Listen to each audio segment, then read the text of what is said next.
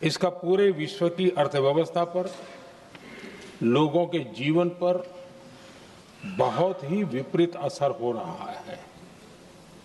इसलिए पूरी दुनिया इस संकट के जल्द से जल्द समाधान के लिए सभी पक्षों से आग्रह भी कर रही है। अध्यक्ष महोदय, भारत के सामने भी इस युद्ध ने अप्रत्याशित चुनौतियां खड़ी कर दी हैं। ये चुनौतियां आर्थिक भी हैं, नेशनल सिक्योरिटी से जुड़ी भी हैं और मानवीय भी हैं।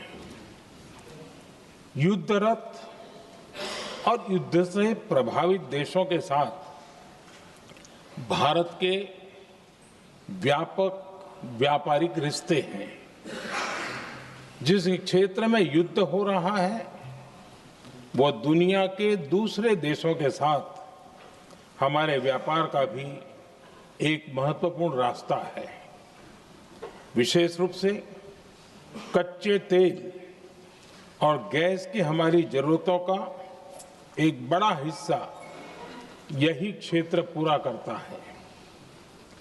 हमारे लिए ये रीजन एक और कारण से भी अहम है।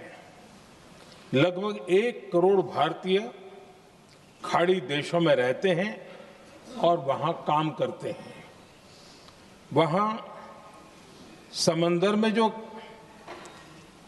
कमर्शियल शिप चलते हैं उनमें भारतीय क्रू मेंबर्स की संख्या भी बहुत अधिक है। ऐसे अलग अलग कारणों के चलते भारत की चिंताएं स्वाभाविक रूप से अधिक है। इसलिए ये आवश्यक है कि भारत की संसद से इस संकट को लेकर एक मत और एकजुट आवाज दुनिया में जाए।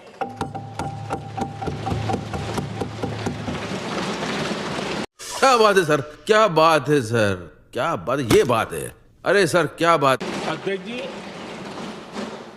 जब से ये युद्ध शुरू हुआ है तब से ही प्रभावित देशों में हर भारतीय को जरूरी मदद दी जा रही है। मैंने खुद पश्चिम एशिया के ज्यादातर देशों के राष्ट्राध्यक्षों के साथ 2 राउंड फोन पर बात की है। सभी ने भारतीयों की सुरक्षा का पूरा आश्वासन दिया है। दुर्भाग्य से इस दौरान कुछ लोगों की दुखद मृत्यु हुई है और कुछ घायल हुए हैं। ऐसे मुश्किल हालात में परिवारजनों को आवश्यक मदद दी जा रही है। जो घायल है उनका बेहतर इलाज सुनिश्चित कराया जा रहा है। अध्यक्ष जी, प्रभावित देशों में हमारे जितने भी मिशन हैं वो निरंतर भारतीयों की मदद करने में जुटे हैं। वहां काम करने वाले भारतीय हो या फिर जो टूरिस्ट वहां गए हैं, सभी को हर संभव मदद दी जा रही है। हमारे मिशन नियमित रूप से एडवाइजरी जारी कर रहे हैं। यहां भारत में और अन्य प्रभावित देशों में 24/7 कंट्रोल रूम और आपातकालीन हेल्पलाइन स्थापित की गई है। इनके माध्यम से सभी प्रभावितों को त्वरित जानकारी दी जा रही है।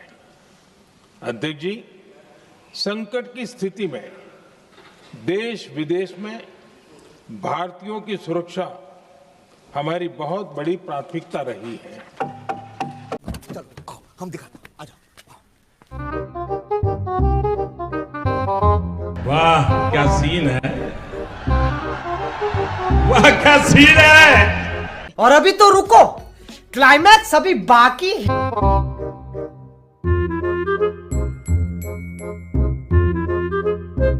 कैमरामैन जल्दी फोकस करो।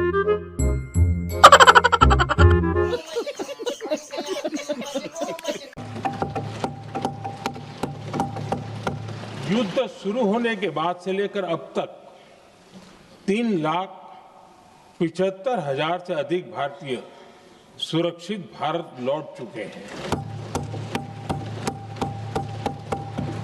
ईरान से ही अभी तक लगभग 1,000 भारतीय सुरक्षित वापस लौटे हैं। इनमें 700 से अधिक मेडिकल की पढ़ाई करने वाले युवा हैं। खाड़ी देशों में भारतीय स्कूलों में हजारों विद्यार्थी पढ़ते हैं। सीबीएसई ने ऐसे सभी भारतीय स्कूलों में होने वाली कक्षा 10वीं और 12वीं की निर्धारित परीक्षाओं को रद्द कर दिया है। इन बच्चों की पढ़ाई निर्बाध चलती रहे, इसके लिए सीबीएसई उचित कदम उठा रही है। यानी सरकार संवेदनशील भी है, सतर्क भी है और हर सहायता के लिए तत्पर भी है।